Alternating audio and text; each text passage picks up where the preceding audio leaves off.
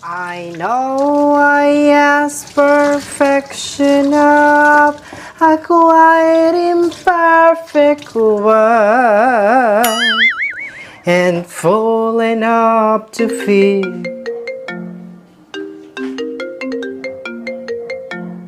Hello!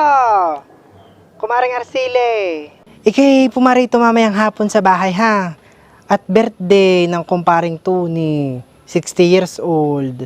Ay may kaunti la ang handaan dito sa amin. Ay kay pumarito ha. Oh, ay ngayon pala 60 years old ni kumparing Tony.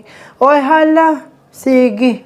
Ako'y papasyal diyan sa inyo mamaya. Okay, hala, sige. Ay, maiba ko, kumaring Araceli. Ay, di ba kayo may malaking talyasi diyan? Ako nga pahiramin mo. At ako'y nagpapaluto ng 10 kilong pansit. Ay, kami naman ay walang mapapaglutuan ng ganayong kadami. Ay, naaalala ko, ikaw nga pala may malaking talyasi. Di ba kaya ako'y pahiram? Oh.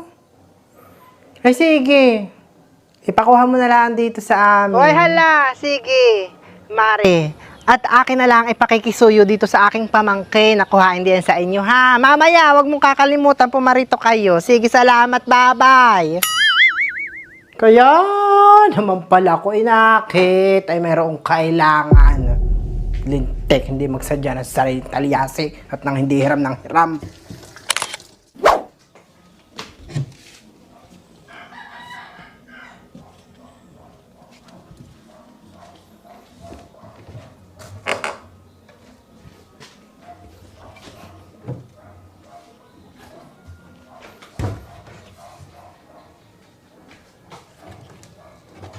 Aba, ay nasaan na kaya ang aming talyasi? At hindi ko na makita. Hinga nga. At baka naman na sa ibabaw.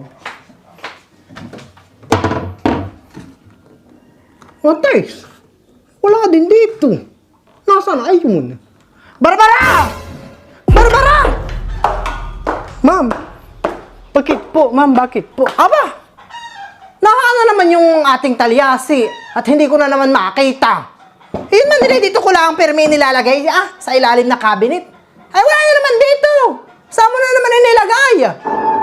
Ano ta naman at hilig na hilig mong makialam ng mga gawa ko. Di bagat ang bilin ko sa iyo, Barbarahan eh. Kapag ikay maglilinis na itong bahay, ay yung mga gawa ko ay huwag mong pinakikialman, pabayaan mo lang kung nangasaan at nang alam ko pag aking hahanapin. Ay pagka ganay ang ginalaw mo na, ay hindi ko na alam kung nasaan, kung saan ko na nahagilapin. Saang tabihan mo na naman inilipat? Yung talyasing iyon, ha?